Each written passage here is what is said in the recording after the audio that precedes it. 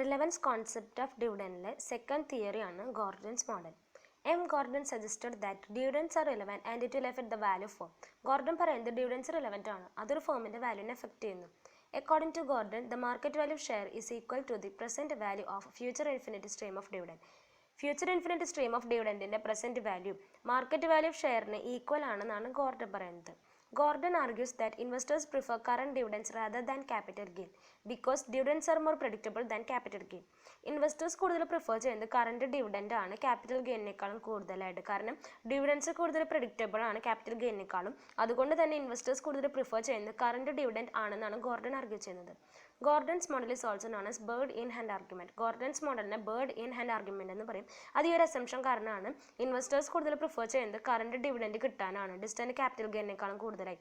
അതുകൊണ്ടാണ് ഗോർഡൻസ് മോഡലിനെ bird in hand argument എന്ന് പറയുന്നത്.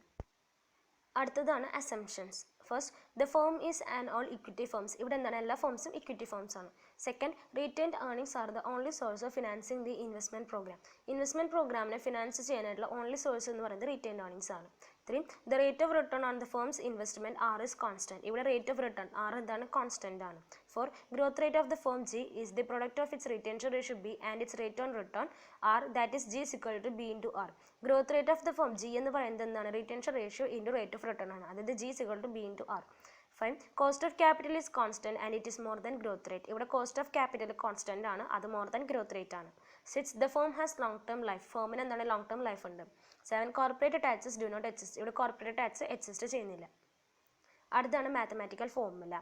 ഗോർഡൻസ് മോഡലിൽ കറൻറ്റ് മാർക്കറ്റ് പ്രൈസ് കണ്ടുപിടിക്കാനുള്ള ഇക്വേഷനാണ് current market price equal to earnings per share into 1 minus b divided by cost of equity capital minus retention ratio into rate of return അല്ലെങ്കിൽ growth rate.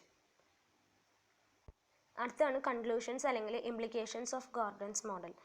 First, when rate of return is greater than cost of equity capital, market price of share increases as the dividend payout ratio decreases. Thus, growth firm should distribute lower dividends and should retain maximum earnings. ഇപ്പോൾ rate of return greater than cost of equity capital ആണെങ്കിൽ ഷെയർസിൻ്റെ market price increase ചെയ്യുന്നു, dividend പേഔട്ട് ratio decrease ചെയ്യുന്നു, growth ഫോമിൽ എന്താണ് lower dividend distribute ചെയ്യുന്നു, maximum earnings ഒരു retain ചെയ്യുന്നു. Second, when rate of return less than cost of equity capital, the market price per share increases as the dividend payout ratio increases. In the case of declining firm, the shareholders will gain if the firm distributes its earnings. In such case, the optimum payout ratio will be 100%. ഇപ്പോൾ rate of return less than cost of equity capital ആണെങ്കിൽ market price per share increase ചെയ്യുന്നു, dividend pay out ratio increase ചെയ്യുന്നു. Declining firm ഇപ്പോൾ earnings distribute ചെയ്യുകയാണെങ്കിൽ share ഹോൾഡേഴ്സിന് gain ഉണ്ടായിരിക്കും. ഈ കേസിൽ എന്താണ് ഒപ്റ്റിമം പേ ഔട്ട് റേഷ്യോ എന്ന് പറയുന്നത് 100% ആണ്. Third, when rate of return equal to cost of equity capital, the market price remains unchanged. Dividend policy has no effect on the price of shares. Thus, for a normal firm, there is no optimum dividend policy. ഇപ്പോൾ rate of return equal to cost of equity capital ആണെങ്കിൽ market പ്രൈസിൽ change ഉണ്ടാവില്ല. ഷെയർസിൻ്റെ പ്രൈസിൽ എന്താണ് dividend പോളിസിക്ക് effect ഉണ്ടായിരിക്കില്ല. Normal ഫേമിന് എന്താണ് optimum dividend pay out ഉണ്ടാവില്ല. അടുത്താണ് dividend policy in practice. The important factor determining the dividend decision is the objective of maximization of wealth of shareholders. If a company has profitable investment opportunity, it should retain more of its earnings, paying a lower rate of dividend. If a company has no investment opportunity, it should pay a high rate of dividend to shareholders.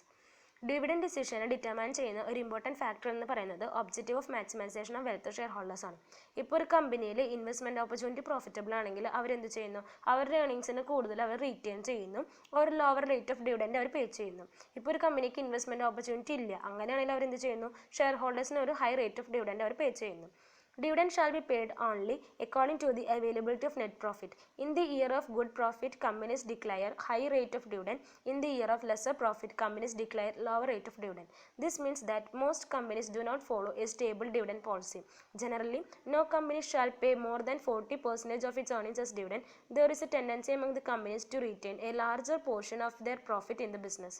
Dividend ഒരു കമ്പനിയിൽ പേ ചെയ്യുന്നത് അവരുടെ net profit availability ബേസിലാണ്.